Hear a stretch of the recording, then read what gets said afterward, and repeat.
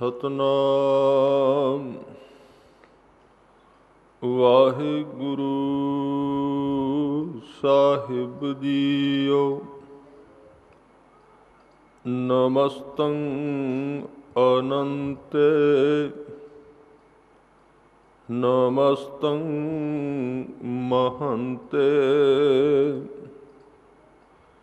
ਨਮਸਤ ਸਤ ਰਾਗੇ ਨਮਸਤੰ ਸੁਹਾਗੇ ਨਮੋ ਸਰਬ ਸੋਖੰ ਨਮੋ ਸਰਬ ਪੋਖੰ ਨਮੋ ਸਰਬ ਕਰਤਾ ਨਮੋ ਸਰਬ ਹਰਤਾ ਨਮੋ ਜੋਗ ਜੋਗੇ ਨਮੋ ਭੋਗ ਭੋਗੇ ਨਮੋ ਸਰਬ ਦਿਆਲੇ ਨਮੋ ਸਰਬ ਪਾਲੇ ਨਮੋ ਸਰਬ ਦਿਆਲੇ ਨਮੋ ਸਰਬ ਪਾਲੇ। ਵਾਹਿਗੁਰੂ ਜੀ ਕਾ ਖਾਲਸਾ ਵਾਹਿਗੁਰੂ ਜੀ ਕੀ ਫਤਿਹ। ਸੱਚੇ ਪਾਤਸ਼ਾਹ ਸਰਬ ਕਲਾ ਸਮਰੱਥ ਸ਼ਬਦ ਗੁਰੂ ਲੋਕ ਪਰਲੋਕ ਦੇ ਸਹਾਇਕ ਸਤਿਗੁਰੂ ਗੁਰੂ ਗ੍ਰੰਥ ਸਾਹਿਬ ਸੱਚੇ ਪਾਤਸ਼ਾਹ ਜੀ ਦੇ ਪਾਵਨ ਪਵਿੱਤਰ ਚਰਨ ਕਮਲਾਂ ਵਿੱਚ ਸ਼ੋਭਾਇਮਾਨ ਗੁਰੂ ਰੂਪ ਸਾਧ ਸੰਗਤ ਜੀਓ, ਆਪ ਜੀ ਬੜ ਭਾਗੀ ਹੋ ਜੋ ਕਿ ਅੰਮ੍ਰਿਤ ਵੇਲੇ ਉਦਮ ਕਰਕੇ ਗੁਰੂ ਚਰਨਾਂ ਵਿੱਚ ਪਹੁੰਚ ਕੇ ਕਲਗੀਧਰ ਪਾਤਸ਼ਾਹ ਗੁਰੂ ਗੋਬਿੰਦ ਸਿੰਘ ਮਹਾਰਾਜ ਜੀ ਦੇ ਪਾਵਨ ਬਚਨ ਜਾਪ ਸਾਹਿਬ ਦੀ ਬਾਣੀ ਵਿਆਖਿਆ ਸਰਵਣ ਕਰਕੇ ਆਪਣਾ ਜੀਵਨ ਸਫਲ ਕਰ ਰਹੇ ਹੋ। ਅੱਜ ਦੇ 26, 27 ਔਰ 28 ਨੰਬਰ ਇਹ ਛੰਦ ਆਪ ਜੀ ਨੇ ਸਰਵਣ ਕੀਤੇ ਹਨ। ਹਜ਼ੂਰ ਨੇ ਅਕਾਲ ਪੁਰਖ ਵਾਹਿਗੁਰੂ ਦੇ ਦੀਦਾਰ ਕਰਦੇ ਹੋਏ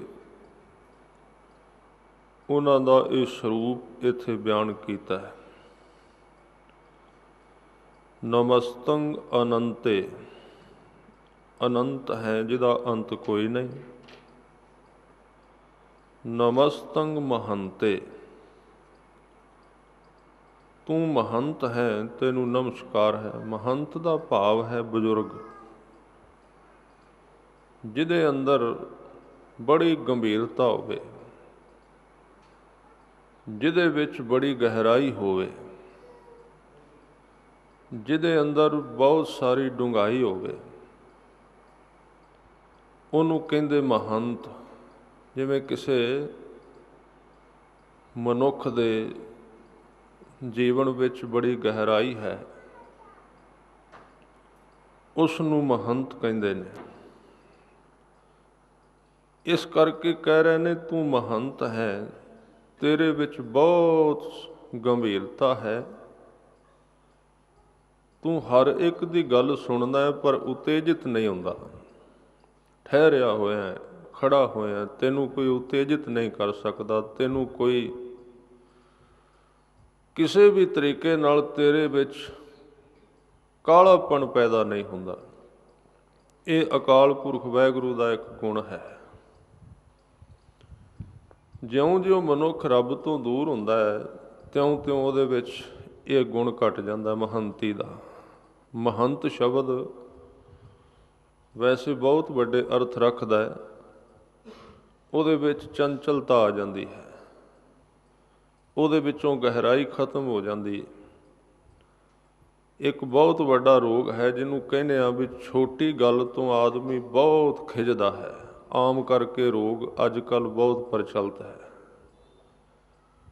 ਕਿ ਥੋੜ੍ਹੀ ਜਿਹੀ ਉਹਦੇ ਕੋਈ ਬਹੁਤ ਵੱਡੇ ਅਰਥ ਨਹੀਂ ਹੁੰਦੇ। ਇੱਕ ਛੋਟੀ ਜਿਹੀ, ਜਿਵੇਂ ਕਿਸੇ ਤੁਸੀਂ ਪਾਣੀ ਵਿੱਚ ਛੋਟਾ ਜਿਹਾ ਰੋੜਾ ਸਿੱਟ ਦਿਓ, 4 ਛਿੱਟਾਂ ਤੇ ਉੱਠਣਗੀਆਂ, ਪਰ ਉਹਨੂੰ ਇੰਨਾ ਅੱਗੇ ਉਹਦੇ ਤੋਂ ਉਤੇਜਿਤ ਹੋ ਜਾਂਦਾ ਹੈ ਕਿ ਉਹ ਆਪੇ ਤੋਂ ਬਾਹਰ ਚਲਾ ਜਾਂਦਾ ਹੈ। ਸਤਿਗੁਰੂ ਕਹਿੰਦੇ ਨੇ ਜਿਹੜਾ ਤੇਰੇ ਨਾਲ ਜੁੜ ਗਿਆ, ਤੂੰ ਆਪ ਵੀ ਮਹੰਤ ਹੈ, ਬਸ ਤੇਰੇ ਨਾਲ ਜੁੜ ਗਿਆ ਉਹ ਸਮੁੰਦਰ ਵਰਗਾ ਗਹਿਰਾ ਹੋ ਗਿਆ। ਉੱਥੇ ਰੋੜਾ ਸਿੱਟ ਦਿਓ, ਇੱਟ ਸਿੱਟ ਦਿਓ, ਕੁਝ ਵੀ, ਸਮੁੰਦਰ ਵਿੱਚ ਸ਼ਕਤੀ ਉਹ ਪਹਾੜਾਂ ਨੂੰ ਵੀ ਆਪਣੇ ਵਿੱਚ ਗਰਕ ਕਰ ਜਾਂਦਾ ਹੈ, ਪਰ ਉਛਲਦਾ ਨਹੀਂ। ਉਹਦੇ ਕੰਢੇ ਉਸੇ ਤਰ੍ਹਾਂ ਤੁਸੀਂ ਵੇਖਿਆ ਹੋਵੇਗਾ ਸਮੁੰਦਰ ਵਿੱਚ ਕਿੰਨੀਆਂ ਨਦੀਆਂ ਰੋਜ਼ ਪੈਂਦੀਆਂ, ਸਮੁੰਦਰ ਵਿੱਚ ਕਿੰਨੇ ਵੱਡੇ ਜਹਾਜ਼ ਕਈ ਵਾਰੀ ਡੁੱਬ ਜਾਂਦੇ ਨੇ, ਇੰਨੇ ਵੱਡੇ ਆਕਾਰ ਦੇ ਬੜਾ ਕੁਝ ਸਮੁੰਦਰ ਵਿੱਚ ਪੈਂਦਾ ਹੈ, ਪਰ ਸਮੁੰਦਰ ਦੇ ਕੰਢੇ ਇਸ ਤਰ੍ਹਾਂ ਨਹੀਂ ਉਛਲਦੇ। ਇਹ ਗੁਣ ਅਕਾਲ ਪੁਰਖ ਦੇ ਵਿੱਚ ਹੈ ਤੇ ਸਤਿਗੁਰੂ ਨੇ ਬਾਣੀ ਵਿੱਚ ਇਹਦੇ ਸੰਬੰਧ ਵਿੱਚ ਬਚਨ ਵੀ ਕੀਤੇ। ਕਹਿੰਦੇ ਮਨੁੱਖ ਨੂੰ ਉਹਦੀ ਇਸ ਗੁਣ ਦਾ ਪਤਾ ਹੀ ਨਹੀਂ ਹੈ। ਔਰ ਇਹ ਬਚਨ ਕਹਿੰਦੇ ਤੂੰ ਠਾਕਰੋ ਬੈਰਾਗਰੋ ਮੈਂ ਜਿਹੀ ਕਣ ਚੇਰੀ ਰਾਮ। ਅੱਗੇ ਸਤਿਗੁਰਾਂ ਨੇ ਬਚਨ ਕੀਤੇ, ਕਹਿੰਦੇ ਤੂੰ ਸਾਗਰੋ ਰਤਨਾਗਰੋ ਹਉ ਸਾਰ ਨਾ ਜਾਣਾ ਤੇਰੀ ਰਾਮ। ਸਾਰ ਨਾ ਜਾਣਾ ਤੂੰ ਵੱਡਦਾਣਾ। ਤੇਰੇ ਬਾਰੇ ਸਾਨੂੰ ਪਤਾ ਹੀ ਨਹੀਂ ਤੂੰ ਕਿਵੇਂ ਦਾ ਹੈ, ਬੜਾ ਡੂੰਘਾ ਗੰਭੀਰ ਹੈ। ਕੋਈ ਮਨੁੱਖ ਉਹਦੇ ਕੋਲ ਜਾਏ, ਸਹੀ ਸਮੁੰਦਰ ਕੋਲ ਕੋਈ ਜਾਏ ਤੇ ਮਿੱਟੀ ਨਾਲ ਲਿਬੜਿਆ ਹੋਇਆ ਉਹਨੂੰ ਨਾ ਨਹੀਂ ਕਰੇਗਾ ਵੀ ਤੂੰ ਮੇਰੇ ਵਿੱਚ ਕਿਉਂ ਆਇਆ, ਤੂੰ ਪਹਿਲਾਂ ਨਹਾ ਕੇ ਆ, ਪਹਿਲਾਂ ਸਾਫ਼ ਹੋ ਕੇ, ਨਹੀਂ, ਉਹਨੂੰ ਥਾਂ ਦੇ ਦਿੰਦਾ ਹੈ, ਉਹਦੀ ਮੈਲ ਲਾਉਂਦਾ ਹੈ। ਇਸ ਲਈ ਕਹਿੰਦੇ ਕਿ ਗੁਰੂ ਸਮੁੰਦ ਨਦੀ ਸਭ ਸਿੱਖੀ। ਗੁਰੂ ਸਮੁੰਦਰ ਵਰਗਾ ਹੈ, ਉਹਦੇ ਕੋਲ ਕੋਈ ਜਿਵੇਂ ਦਾ ਮਰਜ਼ੀ ਆ ਗਿਆ ਉਹਨੇ ਪ੍ਰਵਾਨ ਕਰ ਲੈਣਾ। ਇਸ ਕਰਕੇ ਉਸ ਦੇ ਇੱਕ ਗੰਭੀਰਤਾ ਵਾਲੇ ਗੁਣ ਕਹਿ ਕੇ ਉਹਨੂੰ ਸਮੁੰਦਰ ਕਿਹਾ। ਹਜ਼ੂਰ ਕਹਿੰਦੇ ਤੂੰ ਸਾਗਰੋ ਰਤਨਾਗਰੋ। ਤੂੰ ਦੋ ਚੀਜ਼ਾਂ ਤੇਰੇ ਕੋਲ ਨੇ, ਇੱਕ ਤੇ ਤੂੰ ਸਾਗਰ ਵਰਗਾ ਹੈ, ਪਾਣੀ ਹੈ ਤੇਰੇ ਵਿੱਚ, ਤੂੰ ਮੈਲ ਲਾਉਣਾ, ਰਹਿਮਤ ਦਾ ਪਾਣੀ ਹੈ। ਬਸ ਇਹ ਦੋ ਚੀਜ਼ਾਂ ਬਿਲਕੁਲ ਭਰੀਆਂ ਹੋਈਆਂ ਨੇ। ਹਜ਼ੂਰ ਕਹਿੰਦੇ ਜੇ ਤੇਰੇ ਵੱਲੋਂ ਦੇਖੋ ਪਾਣੀ ਤੇਰੇ ਵਿੱਚ ਵੀ ਬੜਾ ਭਰਿਆ ਹੈ, ਪਰ ਉਹ ਪਾਣੀ ਰਹਿਮਤ ਦਾ ਹੈ। ਜੇ ਅਸੀਂ ਆਪਣੇ ਵੱਲ ਵੇਖਦੇ ਹਾਂ ਤੇ ਸਾਡੇ ਵਿੱਚ ਵੀ ਨੱਕੋ ਨੱਕ ਪਾਣੀ ਭਰਿਆ ਹੋਇਆ, ਪਰ ਉਹ ਹੋਰ ਕਿਸੇ ਚੀਜ਼ ਦਾ ਨਹੀਂ, ਕਹਿੰਦੇ ਅਵਗੁਣਾਂ ਦਾ ਹੈ। ਸਾਹਿਬ ਨੇ ਬਾਣੀ ਵਿੱਚ ਬਚਨ ਕੀਤੇ, ਜੇਤਾ ਸਮੁੰਦ ਸਾਗਰ ਨੀਰ ਭਰਿਆ ਤੇਤੇ ਅਵਗੁਣ ਹਮਾਰੇ। ਇਹ ਅਵਗੁਣ ਇੰਨੇ ਭਰੇ ਹੋਏ ਜਿਵੇਂ ਸਮੁੰਦਰ ਦਾ ਪਾਣੀ ਹੈ, ਪਰ ਕਹਿੰਦੇ ਤੁਹਾਡੇ ਕੋਲ ਕੀ ਹੈ, ਦਇਆ ਕਰੋ ਕਿਛ ਮਿਹਰ ਉਪਾਵੋ, ਡੁੱਬਦੇ ਪੱਥਰ ਤਾਰੇ। ਹੈ ਤੁਸੀਂ ਵੀ ਸਮੁੰਦਰ, ਪਰ ਤੁਸੀਂ ਅਵਗੁਣਾਂ ਦੇ ਨਹੀਂ, ਤੁਸੀਂ ਦਇਆ ਦੇ ਸਮੁੰਦਰ ਹੋ। ਇਹ ਗੁਣ ਹੈ ਬਜ਼ੁਰਗੀ ਦਾ। ਤੇ ਸਤਿਗੁਰਾਂ ਨੇ ਤਾਂ ਬਚਨ ਕੀਤੇ, ਕਹਿਣ ਲੱਗੇ ਬੇਅੰਤ ਹੈ ਤੈਨੂੰ ਨਮਸਕਾਰ ਹੈ, ਬਜ਼ੁਰਗ ਹੈ, ਵੱਡਾ ਹੈ, ਮਹਾਨ ਹੈ। ਬਾਣੀ ਵਿੱਚ ਉਹਦੇ ਵੱਡਪਣ, ਬਜ਼ੁਰਗੀ, ਮਹਾਨਤਾ ਦਾ ਜ਼ਿਕਰ ਕਈ ਥਾਵਾਂ ਤੇ ਕੀਤਾ ਹੈ। ਹੱਕਾ ਕਬੀਰ ਕਰੀਮ ਤੂੰ ਬੇਐਬ ਪਰਵਦਗਾਰ। ਹੱਕਾ ਹੈ, ਸੱਚਾ ਹੈ, ਸਦਾ ਕਾਇਮ ਰਹਿਣ ਵਾਲਾ। ਕਬੀਰ ਵੱਡਾ ਹੈ, ਕਬੀਰ ਦੇ ਅਰਥ ਨੇ ਮਹਾਨ, ਬਹੁਤ ਵੱਡਾ। ਇਸ ਲਈ ਧੰਨ ਗੁਰੂ ਕਲਗੀਧਰ ਪਾਤਸ਼ਾਹ ਅਕਾਲ ਪੁਰਖ ਵਾਹਿਗੁਰੂ ਦੇ ਸਨਮੁਖ ਹੋਏ ਬੈਠੇ ਇਹ ਬਚਨ ਉਚਾਰਨ ਕਰ ਰਹੇ ਹਨ, ਨਮਸਤੰ ਮਹੰਤੇ, ਤੈਨੂੰ ਨਮਸਕਾਰ ਹੈ, ਤੂੰ ਬਹੁਤ ਵੱਡਾ ਹੈ। ਅਗਲੇ ਬਚਨ ਕੀਤੇ, ਕਹਿੰਦੇ ਨਮਸਤ ਸਤ ਰਾਗੇ, ਨਮਸਤੰ ਸੁਹਾਗੇ। ਤੂੰ ਸਦਾ ਸੁਹਾਗ ਹੈ। ਇੱਕ ਤੇ ਹੁੰਦਾ ਹੈ ਸਦਾ ਸੁਹਾਗਣ। ਦੋ ਚੀਜ਼ਾਂ ਨੇ, ਇੱਕ ਪਰਮਾਤਮਾ ਤੇ ਇੱਕ ਮਾਇਆ। ਮਾਇਆ ਵੀ ਸਦਾ ਸੁਹਾਗਣ ਹੈ ਤੇ ਰੱਬ ਵੀ ਸਦਾ ਸੁਹਾਗ ਹੈ। ਸੁਹਾਗ ਸ਼ਬਦ ਜਦੋਂ ਆਉਂਦਾ ਹੈ ਉਹ ਮਨੁੱਖ ਨਾਲ ਜੁੜਦਾ ਹੈ, ਪਤੀ ਨਾਲ ਜੁੜਦਾ ਹੈ, ਤੇ ਸੁਹਾਗਣ ਇਸਤਰੀ ਨਾਲ ਸੰਬੰਧਿਤ ਸ਼ਬਦ ਹੈ। ਮਾਇਆ ਵੀ ਸੁਹਾਗਣ ਹੈ। ਸਤਿਗੁਰੂ ਇੱਥੇ ਕਹਿੰਦੇ ਤੂੰ ਸੁਹਾਗ ਹੈ, ਤੈਨੂੰ ਨਮਸਕਾਰ ਹੈ। ਸੁਹਾਗ ਦਾ ਮਤਲਬ ਜਦੋਂ ਵੀ ਕੋਈ ਮਨੁੱਖ, ਕੋਈ ਭਗਤ ਤੇਰੇ ਦਰ ਤੇ ਜਾਂਦਾ ਹੈ ਤੇ ਤੂੰ ਪਹਿਲਾਂ ਕਿਸੇ ਨਾਲ ਵਿਆਹਿਆ ਹੋਇਆ ਉਹਨੂੰ ਨਹੀਂ ਦਿਸਦਾ। ਸੁਹਾਗ ਦੇ ਅਰਥ ਹੁੰਦੇ ਨੇ ਜਿਹੜਾ ਕਿਸ਼ੋਰ ਹੈ, ਨੌਜਵਾਨ ਹੈ, ਪਹਿਲਾਂ ਜਿਹਦੀ ਸ਼ਾਦੀ ਨਹੀਂ ਹੋਈ। ਜਦੋਂ ਵੀ ਤੈਨੂੰ ਕੋਈ ਮਿਲਣ ਗਿਆ, ਨਹੀਂ ਤੇ ਕੋਈ ਮਨੁੱਖ ਪਹਿਲਾਂ ਪਰਿਵਾਰ ਵਾਲਾ ਹੈ, ਕੋਈ ਇਸ ਤਰ੍ਹਾਂ ਦਾ ਸਮਾਂ ਬਣੇ ਮਜਬੂਰਨ ਜਾਂ ਕਿਵੇਂ ਵੀ ਉਹਨੂੰ ਹੋਰ ਸ਼ਾਦੀ ਕਰਵਾਉਣੀ ਪਏ ਤੇ ਉਹਨੂੰ ਕਹਿੰਦੇ ਨੇ ਇਹਦਾ ਦੂਸਰਾ ਵਿਆਹ ਹੈ, ਦੂਸਰੀ ਸ਼ਾਦੀ, ਪੁਰਾਣਾ ਹੋ ਗਿਆ ਹੈ, ਬੁੱਢਾ ਹੋ ਗਿਆ ਹੈ। ਪਰ ਤੂੰ ਇਸ ਤਰ੍ਹਾਂ ਦਾ ਨਹੀਂ। ਤੂੰ ਜਦੋਂ ਕਬੀਰ ਨੂੰ ਮਿਲਣਾ ਹੈ ਤੇ ਕਬੀਰ ਸਾਹਿਬ ਨੂੰ ਲੱਗਦਾ ਵੀ ਨਵਾਂ ਹੈ, ਬਿਲਕੁਲ ਪਹਿਲੀ ਵਾਰੀ ਮੈਨੂੰ ਹੀ ਮਿਲਿਆ ਹੈ। ਇਸ ਕਰਕੇ ਗੁਰਬਾਣੀ ਵਿੱਚ ਸਾਰੇ ਹੀ ਭਗਤ ਇੱਕ ਗੱਲ ਕਹਿੰਦੇ ਕਿ ਰੱਬ ਮੇਰਾ ਹੈ। ਤੁਸੀਂ ਬਾਣੀ ਦੇ ਸ਼ਬਦ ਪੜ੍ਹ ਕੇ ਵੇਖੋ, ਸਾਰੇ ਭਗਤ ਕਹਿੰਦੇ ਉਹ ਮੇਰਾ ਹੀ ਹੈ, ਮੇਰੇ ਵਾਸਤੇ ਹੀ ਹੈ, ਬਸ ਪਤਾ ਨਹੀਂ ਹੋਰ ਕਿਸੇ ਨਾਲ ਹੋਵੇਗਾ ਉਹਦਾ ਸੰਬੰਧ ਕਿ ਨਹੀਂ, ਉਹ ਸਿਰਫ ਮੇਰੇ ਵਾਸਤੇ ਬਣਿਆ ਹੈ। ਇਸ ਤਰ੍ਹਾਂ ਦਾ ਨਵਾਂ ਨਕੋਰ ਹੈ, ਇਸ ਤਰ੍ਹਾਂ ਦਾ ਨਵੀਨ ਹੈ। ਸਾਹਿਬ ਮੇਰਾ ਨੀਤ ਨਵਾਂ, ਸਦਾ ਸਦਾ ਦਾ ਤਾਰ। ਇਸ ਤਰ੍ਹਾਂ ਦਾ ਉਹਦਾ ਇੱਕ ਗੁਣ ਹੈ ਕਿ ਉਹ ਲਗਾਤਾਰ ਸੁਹਾਗ ਰਹਿੰਦਾ ਹੈ, ਉਹਦੇ ਵਿੱਚ ਕਦੀ ਪੁਰਾਣਾਪਣ ਨਹੀਂ ਆਉਂਦਾ, ਉਹ ਸਦਾ ਨਵੀਨ ਰਹਿੰਦਾ ਹੈ। ਔਰ ਰਾਗ ਰੂਪ ਹੈ। ਸਾਹਿਬ ਕਹਿੰਦੇ ਨਮਸਤ ਸਤ ਰਾਗੇ। ਇਹ ਸ਼ਬਦ ਥੋੜ੍ਹਾ ਜਿਹਾ ਆਪਾਂ ਸਮਝਾਂਗੇ। ਰਾਗੇ ਦਾ ਮਤਲਬ ਹੈ ਪ੍ਰੇਮ, ਉਹਦਾ ਇੱਕ ਸਰੂਪ ਹੈ, ਧਿਆਨ ਦਿਓ। ਸਭ ਤੋਂ ਚੰਗਾ ਉਹਦਾ ਸਰੂਪ ਜਿਹੜਾ, ਵੈਸੇ ਕਈ ਰੂਪ ਨੇ ਉਹਦੇ, ਅਨੰਤ ਰੂਪ, ਪਰ ਇਹਦਾ ਇੱਕ ਰੂਪ ਰਾਗ ਰੂਪ ਹੈ। ਪਹਿਲੇ ਸ਼ੰਤ ਵਿੱਚ ਹਜ਼ੂਰ ਨੇ ਕਿਰਪਾ ਕੀਤੀ, ਕਹਿਣ ਲੱਗੇ ਜਤਰ ਤਤਰ ਦਿਸ਼ਾ ਵਿਸ਼ਾ ਹੋਏ ਫੈਲਿਓ ਅਨੁਰਾਗ। ਜਿਹਨੂੰ ਯਾਦ ਕਰਨਾ ਉਹਦਾ ਸਰੂਪ ਕਿਹੜਾ ਹੈ, ਕਿਵੇਂ ਦਾ ਹੈ, ਉਹਦਾ ਸੁਭਾਵ ਕਿਵੇਂ ਦਾ, ਕਹਿੰਦੇ ਪ੍ਰੇਮ ਸਰੂਪ ਰਹਿੰਦਾ ਸਦਾ ਦਿਨ ਰਾਤ। ਪ੍ਰੇਮ ਜਿਸ ਸਰੀਰ ਦੇ ਵਿੱਚ ਵਸ ਜਾਏ ਉਹਨੂੰ ਉਹਦੇ ਦੀਦਾਰ ਹੋਣੇ ਸੰਭਵ ਹੋ ਗਏ। ਜੇ ਪ੍ਰੇਮ ਨਹੀਂ, ਕਿਉਂਕਿ ਉਹਦਾ ਸੁਭਾਅ ਪ੍ਰੇਮ ਹੈ, ਉਹਦਾ ਪਤਾ ਕਿੱਥੋਂ ਲੱਗੇ ਵੀ ਇਸ ਬੰਦੇ ਵਿੱਚ ਵਸਿਆ, ਉਹਦੇ ਵਿੱਚੋਂ ਪ੍ਰੇਮ ਦੀ ਖੁਸ਼ਬੂ ਆਏਗੀ, ਖਿੱਚ ਪਏਗੀ, ਕਸ਼ਿਸ਼ ਬਣੇਗੀ, ਉਹਦਾ ਜੀਵਨ ਦੂਜਿਆਂ ਨੂੰ ਪ੍ਰਭਾਵਿਤ ਕਰੇਗਾ, ਖਿੱਚੇਗਾ, ਉੱਥੇ ਉਹਦੇ ਪੈਰ ਲੱਗੇ ਹੋਏ ਨੇ। ਤਾਂ ਪ੍ਰੇਮ ਸਰੂਪ ਹੈ, ਪ੍ਰੇਮ ਦਾ ਭਰਿਆ ਹੋਇਆ। ਇਸ ਕਰਕੇ ਕਹਿੰਦੇ ਤੂੰ ਪ੍ਰੇਮ ਹੈ, ਉਹਦਾ ਸੁਭਾਅ ਹੈ ਪ੍ਰੇਮ। ਤੇ ਜਿਨ੍ਹਾਂ ਨੇ ਪ੍ਰੇਮ ਆਪਣੇ ਸੁਭਾਅ ਦੇ ਵਿੱਚ ਕਿਸੇ ਨਾ ਕਿਸੇ ਢੰਗ ਨਾਲ ਪੈਦਾ ਕਰ ਲਿਆ, ਦੁਨੀਆ ਵਿੱਚ ਤਾਂ ਪ੍ਰੇਮ ਹੁੰਦੇ ਵੇਖਣ ਨਾਲ। ਕਿਸੇ ਨੂੰ ਆਪਾਂ ਦੇਖਾਂਗੇ, ਕਿਸੇ ਚੀਜ਼ ਦੀ ਖਿੱਚ ਪਵੇਗੀ, ਮਕਾਨ ਹੈ, ਕੁਝ ਵੀ ਹੈ, ਪਰ ਉਹਦਾ ਰਸਤਾ ਕੁਝ ਇਸ ਤੋਂ ਭਿੰਨ ਹੈ, ਵੱਖਰਾ ਹੈ। ਹਜ਼ੂਰ ਕਹਿੰਦੇ ਉਹ ਤੈਨੂੰ ਦਿਸਣਾ ਨਹੀਂ, ਪਰ ਤੂੰ ਪ੍ਰੇਮ ਵਿੱਚ ਰਿਹਾ ਕਰ। ਅਕਾਰਨ ਪ੍ਰੇਮ, ਜਿਹਦਾ ਕਾਰਨ ਕੋਈ ਨਾ ਹੋਵੇ। ਇੱਕ ਤੇ ਸਾਰੇ ਪ੍ਰੇਮ ਨੇ ਨਾ, ਵੇਖੋ ਕਿਸੇ ਕਾਰਨ ਤੋਂ ਵਾਪਰਦੇ ਨੇ, ਐਵੇਂ ਕਿਵੇਂ ਪ੍ਰੇਮ ਹੋਵੇਗਾ?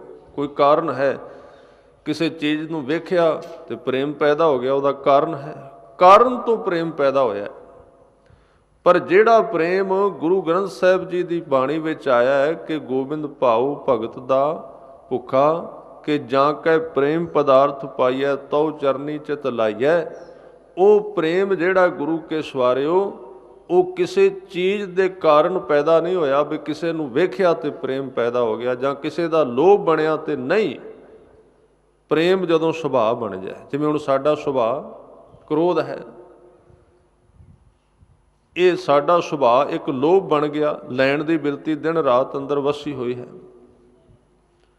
ਸਾਡਾ ਸੁਭਾਅ ਹੰਕਾਰ ਬਣ ਗਿਆ, ਜਿੱਦਣ ਇਸ ਤਰ੍ਹਾਂ ਸਾਡੇ ਸੁਭਾਵ ਦੇ ਅੰਦਰ ਪ੍ਰੇਮ ਰਹੇਗਾ, ਲਗਾਤਾਰ ਪ੍ਰੇਮੀ ਹੋ ਜਾਏਗਾ, ਅੰਦਰੋਂ ਪ੍ਰੇਮ ਦੀਆਂ ਤਰੰਗਾਂ ਨਿਕਲਣਗੀਆਂ ਬਿਨਾਂ ਕਾਰਨ ਤੋਂ। ਤੇ ਅਸਲੀ ਪ੍ਰੇਮ ਉਹ ਹੀ ਹੁੰਦਾ ਹੈ। ਤੇ ਉਹ ਪ੍ਰੇਮ ਇਸ ਤਰ੍ਹਾਂ ਪੈਦਾ ਨਹੀਂ ਹੁੰਦਾ, ਖਿਆਲ ਰੱਖਣਾ। ਮੈਂ ਗੁਰਬਾਣੀ ਦੇ ਵਿੱਚ ਪ੍ਰੇਮ ਦੀ ਪਰਿਭਾਸ਼ਾ ਕੀ ਹੈ, ਸਾਰੇ ਕਹਿੰਦੇ ਮੈਂ ਵੀ ਗੁਰੂ ਦਾ ਪ੍ਰੇਮੀ ਹਾਂ। ਆਪੋ ਆਪਣਾ ਮਨੁੱਖ ਤਸੱਲੀ ਕਰ ਲੈਂਦਾ ਮਨ ਦੀ, ਪ੍ਰੇਮੀ ਹਾਂ। ਗੁਰੂ ਨੇ ਜਿਹੜੇ ਰੰਗ ਦੇ ਕੱਪੜੇ ਕਹੇ ਸੀ ਮੈਂ ਪਾ ਲਏ ਨੇ, ਮੈਂ ਉਹਦਾ ਪ੍ਰੇਮੀ ਹੋ ਗਿਆ। ਫਿਰ ਉਹ ਪ੍ਰੇਮ ਜਿਹਨੂੰ ਬਾਬਾ ਫਰੀਦ ਜੀ ਨੇ ਕਿਹਾ ਹੈ ਕਿ ਜਬ ਜਾਂ ਲੱਭ ਤਾਂ ਨੇਹੋਂ ਕਿਆ, ਲੱਭ ਤਾਂ ਕੂੜਾ ਨੇਹੋਂ। ਫਰੀਦ ਸਾਹਿਬ ਕਹਿੰਦੇ ਨੇ ਜਿਸ ਪ੍ਰੇਮ ਦੇ ਵਿੱਚ ਲਾਲਸਾ ਹੋਵੇ, ਜਿਸ ਪ੍ਰੇਮ ਦੇ ਵਿੱਚ ਲੋਭ ਹੋਵੇ, ਉਹ ਪ੍ਰੇਮ ਡੁਪਲੀਕੇਟ ਹੈ। ਧਿਆਨ ਰੱਖਣਾ, ਨਾ ਸਮਝਣਾ ਉਹਨੂੰ ਵੀ ਇਹ ਪ੍ਰੇਮ ਅਸਲੀ ਹੋਵੇਗਾ। ਉਹ ਪ੍ਰੇਮ ਦੀ ਇੱਕ ਛੋਟੀ ਜਿਹੀ ਕਣੀ ਹੋ ਸਕਦੀ ਹੈ। ਜਾਂ ਲੱਭ ਤਾਂ ਨੇਹੋਂ ਕਿਆ, ਨਿਉ ਦਾ ਅਰਥ ਪ੍ਰੇਮ। ਬਾਬਾ ਫਰੀਦ ਸਾਹਿਬ ਕਹਿੰਦੇ ਰੱਬ ਦੀ ਮੁਹੱਬਤ, ਉਸ ਦਾ ਪਿਆਰ ਇਸ ਤਰ੍ਹਾਂ ਦਾ ਨਹੀਂ ਕਿ ਜਿਹਦੇ ਵਿੱਚ ਬੰਦੇ ਦੇ ਵਿੱਚ ਕੋਈ ਲਾਲਸਾ ਹੋਵੇ ਇਕੱਠਾ ਕਰਨ ਦੀ। ਜੇ ਪ੍ਰੇਮ ਹੈ ਤੇ ਬੰਦਾ ਕੁਝ ਬਣਨਾ ਚਾਹੁੰਦਾ ਹੈ, ਉਹ ਪ੍ਰੇਮ ਕੱਚਾ ਹੈ। ਉਹ ਇਸ ਤਰ੍ਹਾਂ ਦਾ ਹੈ, ਕਿੱਚਰ ਝੱਤ ਲੰਘਾਈਐ ਛੱਪਰ ਟੁੱਟੈ ਮਿਉ। ਕਹਿੰਦੇ ਕਿਸੇ ਨੇ ਛੱਪਰ ਬਣਾਇਆ ਸੀ ਕਾਨਿਆਂ ਦਾ, ਘਾਹ ਸੁੱਕਾ ਲਾ ਕੇ ਬੰਨ੍ਹ ਕੇ, ਤੇ ਉਹ ਉਹਨਾਂ ਚਿਰ ਤਾਂ ਸੁਰੱਖਿਅਤ ਹੈ, ਛਾਂ ਤਾਂ ਦੇ ਦੇਗਾ, ਕੋਈ ਸ਼ੱਕ ਨਹੀਂ, ਛਾਵੇਂ ਉਹਦੇ ਬੰਦਾ ਬਹਿ ਸਕਦਾ ਹੈ।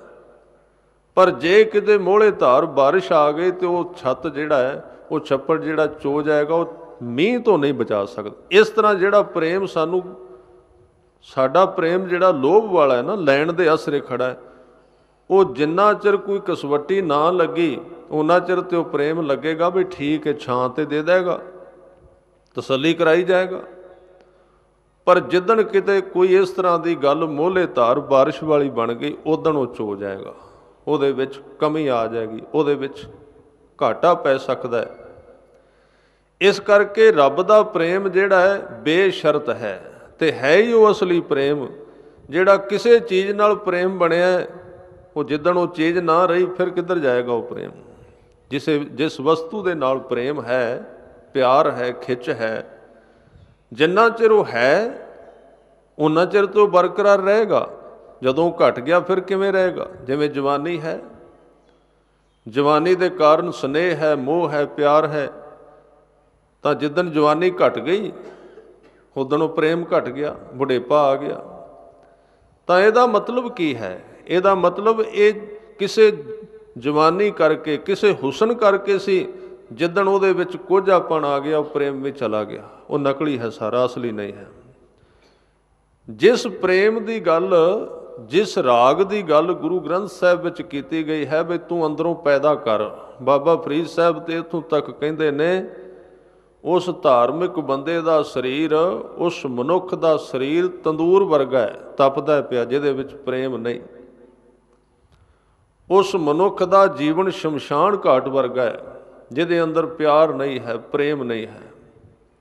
ਇਹਦੇ ਉੱਤੇ ਉਹਨਾਂ ਨੇ ਕਈ ਸ਼ਲੋਕ ਉਚਾਰਨ ਕੀਤੇ ਨੇ ਕਿ ਉਹ ਜੀਵਨ ਭੱਠੀ ਵਰਗਾ ਹੈ, ਉਹ ਜੀਵਨ ਸ਼ਮਸ਼ਾਨ ਘਾਟ ਵਰਗਾ ਹੈ।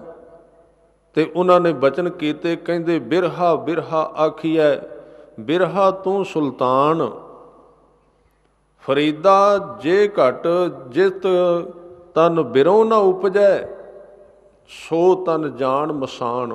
ਉਹ ਸਰੀਰ ਸ਼ਮਸ਼ਾਨ ਘਾਟ ਵਰਗਾ ਹੈ, ਜਿਹਦੇ ਅੰਦਰ ਪ੍ਰੇਮ ਨਾ ਬਣਿਆ, ਜਿਹਦੇ ਅੰਦਰ ਪ੍ਰੇਮ ਦੀ ਪੈਦਾਇਸ਼ ਨਾ ਹੋਈ।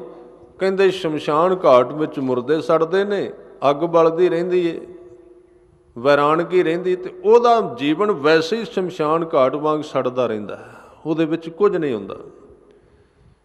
ਇਸ ਕਰਕੇ ਉਹਨਾਂ ਨੇ ਇਹ ਵੀ ਬਚਨ ਕੀਤਾ ਬਈ ਪ੍ਰੇਮ ਦੀ ਸਰੂਪ ਉਹਨਾਂ ਨੇ ਇੱਕ ਥਾਂ ਤੇ ਆਪਣੇ ਸ਼ਲੋਕ ਦੇ ਅੰਦਰ ਵਰਣਨ ਕੀਤਾ ਹੈ, ਤੇ ਉਹਦੇ ਵਿੱਚ ਉਸ ਮੰਜੇ ਦੇ ਵਾਣ ਤੇ ਉਸ ਮੰਜੇ ਦੇ ਸਰੂਪ ਦਾ ਜ਼ਿਕਰ ਕੀਤਾ ਹੈ।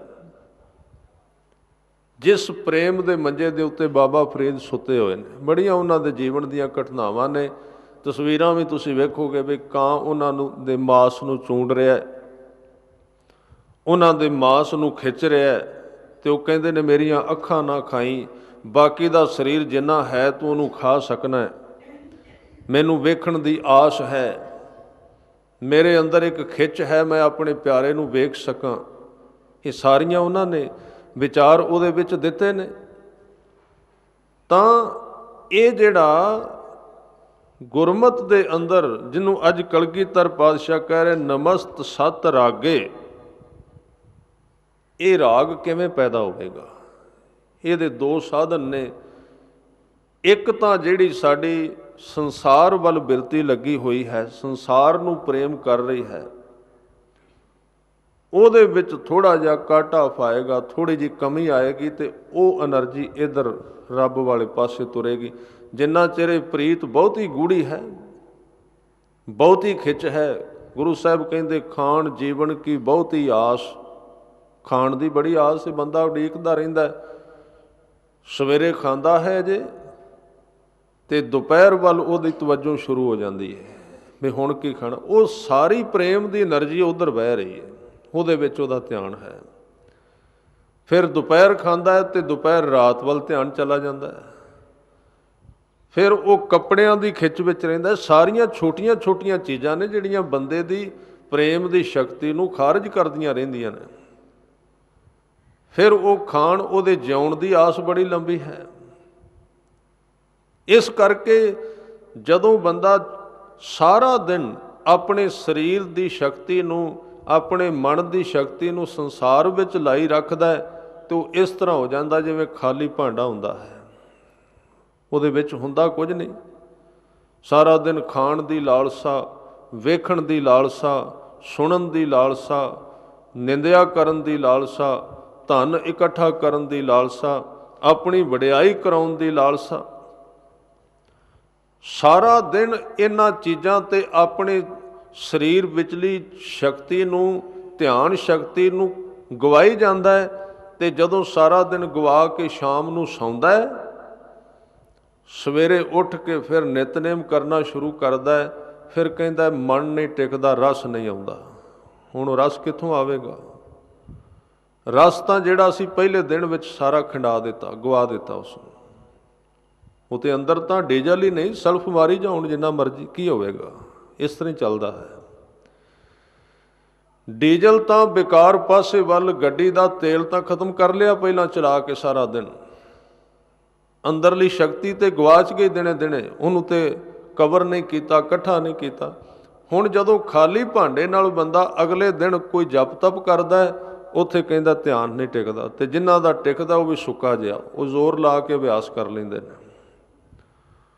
ਫਿਰ ਕਹਿੰਦਾ ਮਨ ਨਹੀਂ ਟਿਕਦਾ। ਮਨ ਨਾ ਟਿਕਣ ਦਾ ਕਾਰਨ ਇਹਦੀ ਗਵਾਚੀ ਹੋਈ ਐਨਰਜੀ ਹੈ, ਸ਼ਕਤੀ ਅੰਦਰ ਰਹੀ ਨਹੀਂ। ਇਸ ਕਰਕੇ ਕਬੀਰ ਜੀ ਨੇ ਇੱਕ ਵਚਨ ਕੀਤਾ, ਕਹਿੰਦੇ ਜੇ ਤੂੰ, ਕਿਸੇ ਨੇ ਸਵਾਲ ਕੀਤਾ ਸੀ ਵੀ ਇਹ ਜਿਹੜੀ ਫਕੀਰੀ ਤੁਸਾਂ ਭਗਤ ਪੁਣਾ ਕਰਦੇ ਹੋ ਤੁਸੀਂ, ਇਹਦੇ ਵਿੱਚੋਂ ਕੀ ਮਿਲਦਾ ਤੁਹਾਨੂੰ? ਆਖਰ ਤੇ ਹੈ ਨਾ ਸਵਾਲ, ਤਾਂ ਹੀ ਬੜੇ ਘੱਟ ਲੋਕ ਸੁਣਦੇ ਨੇ ਧਰਮ ਦੀ ਗੱਲ। ਤੇ ਜਿਹੜੇ ਆਉਂਦੇ ਉਹਨਾਂ ਵਿੱਚੋਂ ਵੀ ਬਹੁਤੇ ਇਹਨੂੰ ਫਾਲਤੂ ਸਮਝਦੇ ਨੇ। ਉਹ ਵੀ ਕਹਿੰਦੇ ਨੇ ਵੀ ਮੱਥਾ ਟੇਕਣਾ, ਪਰਿਕਰਮਾ ਕਰਨੀ, ਬਸ ਇਹ ਧਰਮ ਹੈ। ਇਹ ਕਿਉਂ ਹੁੰਦਾ ਹੈ?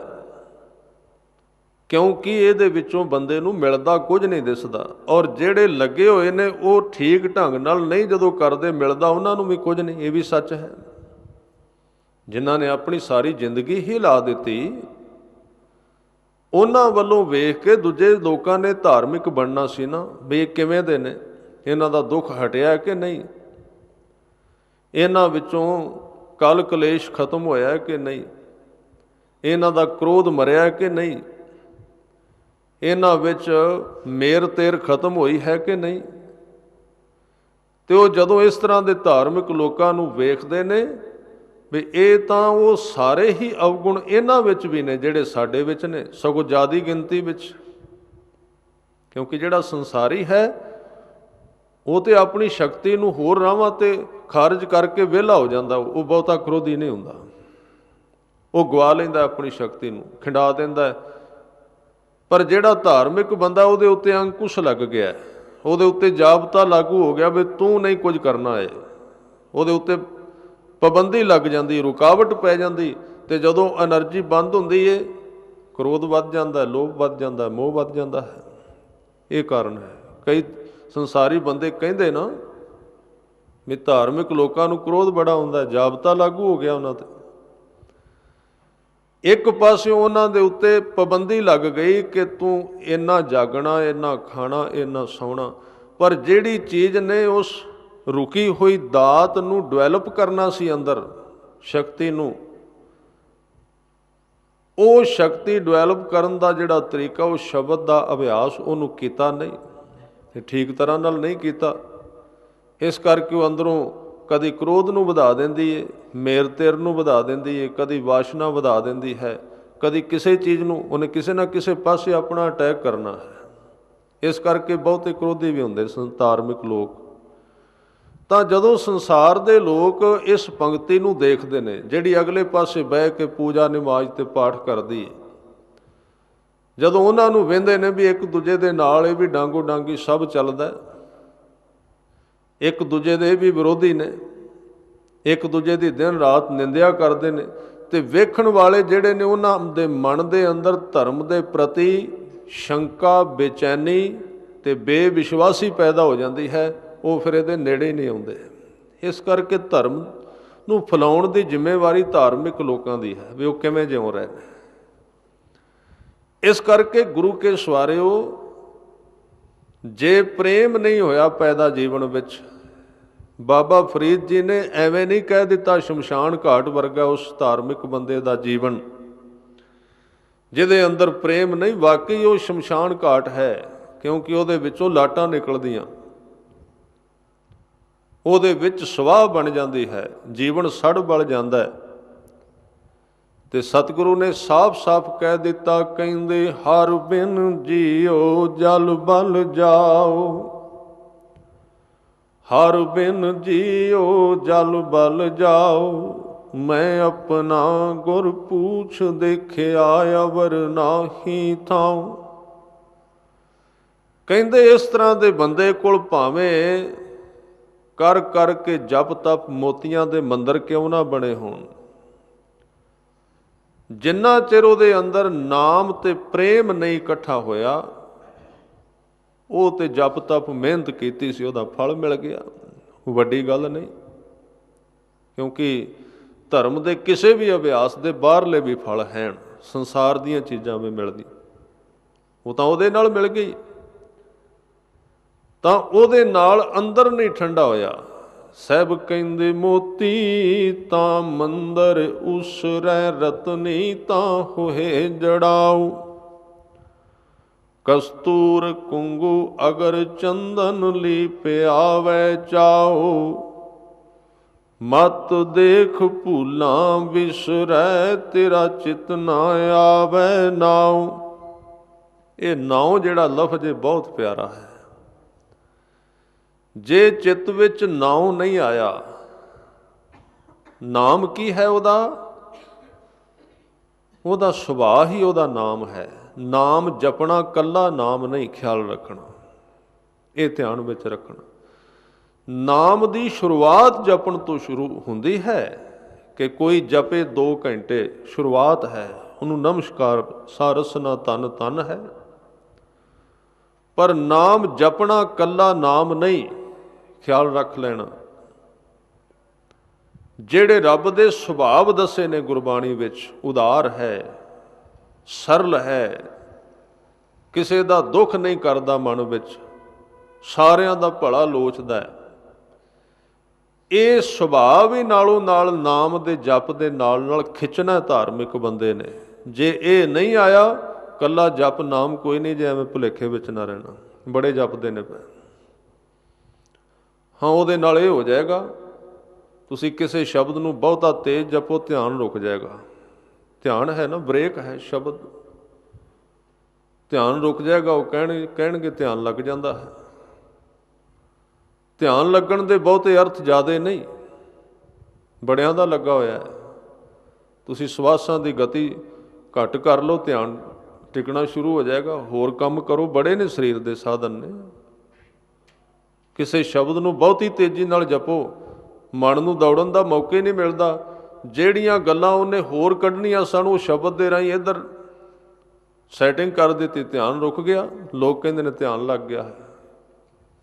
ਉਹਦੇ ਵਿੱਚ ਤੁਹਾਨੂੰ ਦਿਸ ਵੀ ਸਕਦਾ ਬੜਾ ਕੁਝ, ਕਈ ਚੀਜ਼ਾਂ ਵੀ ਸੁਣੀਨ ਲੱਗ ਜਾਣਗੀਆਂ ਕੰਨਾਂ ਵਿੱਚ, ਭਾਵੇਂ ਉਹਨੂੰ ਭੁਲੇਖੇ ਨਾਲ ਲੋਕ ਅਨਹਦ ਨਾਦ ਕਹੀ ਜਾਣ। ਪਰ ਉੱਥੇ ਇੱਕ ਚੀਜ਼ ਵੇਖਣਾ ਵੀ ਕਿਤੇ ਕੋਈ ਬਰਕਤ ਵੀ ਆਉਂਦੀ ਹੈ ਕਿ ਨਹੀਂ, ਕਿਤੇ ਕੋਈ ਠੰਡ ਦੀਆਂ ਲਹਿਰਾਂ ਵੀ ਪੈਦਾ ਹੁੰਦੀਆਂ ਕਿ ਨਹੀਂ, ਕੋਈ ਰਹਿਮਤ ਜਿਹਨੂੰ ਗੁਰੂ ਸਾਹਿਬ ਨੇ ਬਚਨ ਕੀਤੇ ਨੇ, ਸ਼ਾਂਤ ਸਹਿਜ ਰਹਿਸ ਮਨ ਉਪਜਿਓ। ਇਹ ਚੀਜ਼ਾਂ ਆਈਆਂ ਨੇ ਜਿਹੜੀਆਂ ਗੁਰੂ ਗ੍ਰੰਥ ਸਾਹਿਬ ਨੇ ਕਹੀਆਂ ਨੇ। ਤੇ ਅਸੀਂ ਕਹਿੰਦੇ ਹਾਂ ਵੀ ਇਹਦੀ ਵਿਆਖਿਆ ਨਾ ਕਰੋ, ਜਿਹੜੇ ਸ਼ਬਦ ਲਿਖੇ ਨੇ ਘੱਟੋ ਘੱਟ ਉਹਦੇ ਅੱਖਰੀ ਅਰਥ ਤੇ ਸਾਨੂੰ ਵੀ ਕਰਨੇ ਚਾਹੀਦੇ ਨੇ। ਤੁਸੀਂ ਇਹ ਹੁਕਮਨਾਮਾ ਪੜ੍ਹੋਗੇ ਗੁਰੂ ਗ੍ਰੰਥ ਸਾਹਿਬ ਜੀ ਦੇ ਅੰਦਰ ਕਿ ਸ਼ਾਂਤ ਸਹਿਜ ਰਹਿਸ ਮਨ ਉਪਜਿਓ ਸਗਲੇ ਦੁੱਖ ਭੁਲਾਇਣ। ਇੱਕ ਪਲ ਵਾਸਤੇ ਇੰਜ ਲੱਗਾ ਵੀ ਸਰੀਰ ਦੇ ਵਿੱਚ ਜਿਹੜੇ ਦਰਦ ਸਨ, ਦੁੱਖ ਸਨ, ਵਿਆਹਪਣ ਜਿਹਾ ਸੀ, ਖੰਭ ਲਾ ਕੇ ਕਿਤੇ ਉੱਡ ਗਿਆ, ਸਰੀਰ ਬਿਲਕੁਲ ਹੌਲਾ ਫੁੱਲ ਹੋ ਗਿਆ। ਇਹ ਨਾਮ ਦੀਆਂ ਬਰਕਤਾਂ ਦੀ ਆਰੰਭਤਾ ਹੈ, ਪ੍ਰਾਪਤੀ ਨਹੀਂ। ਇਹ ਵਿਆਖਿਆ ਗੁਰੂ ਗ੍ਰੰਥ ਸਾਹਿਬ ਵਿੱਚ ਕੀਤੀ ਗਈ ਹੈ। ਹੁਣ ਅਸੀਂ ਕੀ ਕਰੀਏ? ਅਸੀਂ ਇੱਕੋ ਹੀ ਕੁੰਡਾ ਲਾ ਦਿੱਤਾ ਵੀ ਗੁਰਮਤ ਦੀ ਪਰਮਾਰਥ ਦੀ ਵਿਆਖਿਆ ਗੁਰੂ ਸਾਹਿਬ ਨੇ ਰੋਕ ਦਿੱਤੀ ਹੈ, ਕਰਨੀ ਨਹੀਂ। ਉਹ ਜਿਹੜੀ ਵਿਆਖਿਆ ਰੋਕੀ ਹੈ ਉਹ ਮਿਲਾਪ ਦੀ ਰੁਕੀ ਹੈ। ਜਦੋਂ ਕੋਈ ਮਿਲ ਜਾਂਦਾ ਹੈ ਉਹ ਆਪਣੇ ਆਪ ਰੁਕ ਜਾਏਗੀ, ਉਹਨੂੰ ਰੋਕਣਾ ਨਹੀਂ ਪੈਂਦਾ। ਪਰ ਜਿਹੜੀ ਰਾਹ ਦੀ ਵਿਆਖਿਆ ਸੀ ਤਾਂ ਉਹ ਵੀ ਕਰਨੀ ਛੱਡ ਦਿੱਤੀ। ਇਸ ਕਰਕੇ ਆ ਬਾਹਰਲੇ ਸੱਜਣਾ ਦੇ ਵਿਚਾਰ ਸਾਡੀ ਸੰਗਤ ਵਿੱਚ ਆ ਗਏ ਵੀ ਤੁਸੀਂ ਇਸ ਤਰ੍ਹਾਂ ਧਿਆਨ ਇੱਥੇ ਲਾਓ, ਤੁਸੀਂ ਧੁਨੀ ਵਿੱਚ ਲਾਓ, ਕਿ ਤੁਸੀਂ ਮੱਥੇ ਤੇ ਲਾਓ। ਇਹ ਕਿਉਂ ਆਏ ਨੇ ਵਿਚਾਰ? ਕਿਉਂਕਿ ਇਹਨਾਂ ਦਾ ਪ੍ਰਚਾਰ ਹੈ, ਇਹਨਾਂ ਦੇ ਕਿਤਾਬ ਜੇ ਛਪ ਕੇ ਘਰ ਘਰ ਵਿੱਚ ਆ ਗਏ ਨੇ, ਟੀਵੀ ਚੈਨਲਾਂ ਤੇ ਇਹਨਾਂ ਦਾ ਪ੍ਰਚਾਰ ਹੋ ਰਿਹਾ। ਤੇ ਜਿਹੜੀ ਸਿੱਖ ਸੰਗਤ ਹੈ ਉਹ ਸੱਜਣ ਸਾਡੇ ਬੋਲਣ ਵਾਲੇ ਕਹਿੰਦੇ ਅਸੀਂ ਕਹਿਣਾ ਹੀ ਕੁਝ ਨਹੀਂ, ਬੰਦ ਕਰ ਦਿਓ ਸਾਰਾ ਕੁਝ। ਇਹ ਬੜੀ ਵੱਡੀ ਜ਼ਿੰਮੇਵਾਰੀ ਸੀ। ਗੁਰੂ ਸਾਹਿਬ ਨੇ ਕਿਹਾ ਸਿੱਧ ਛਪ ਬੈਠੇ ਪਰਬਤੀ, ਕੌਣ ਜਗਤ ਕੋ ਪਾਰ ਉਤਾਰਾ। ਇਹ ਪ੍ਰਯੋਜਨ ਕੁਝ ਗਲਤ ਹੋ ਗਿਆ। ਜਿਨ ਹਰ ਪਾਇਓ ਤਿਨ੍ਹਾਂ ਛੁਪਾਇਓ ਦਾ ਵਿਸ਼ਾ ਬਹੁਤ ਹੋਰ ਹੈ। ਉਹ ਗੁਰੂ ਸਾਹਿਬ ਨੇ ਉਹਨਾਂ ਵਾਸਤੇ ਕਿਹਾ ਜਿਨ੍ਹਾਂ ਨੇ ਪਾਇਓ ਉਹਨਾਂ ਨੇ ਛੁਪਾਉਣਾ। ਜੇ ਪਾਇਆ ਹੀ ਨਹੀਂ ਤੇ ਛੁਪਾਉਣਾ ਕੀ ਹੈ?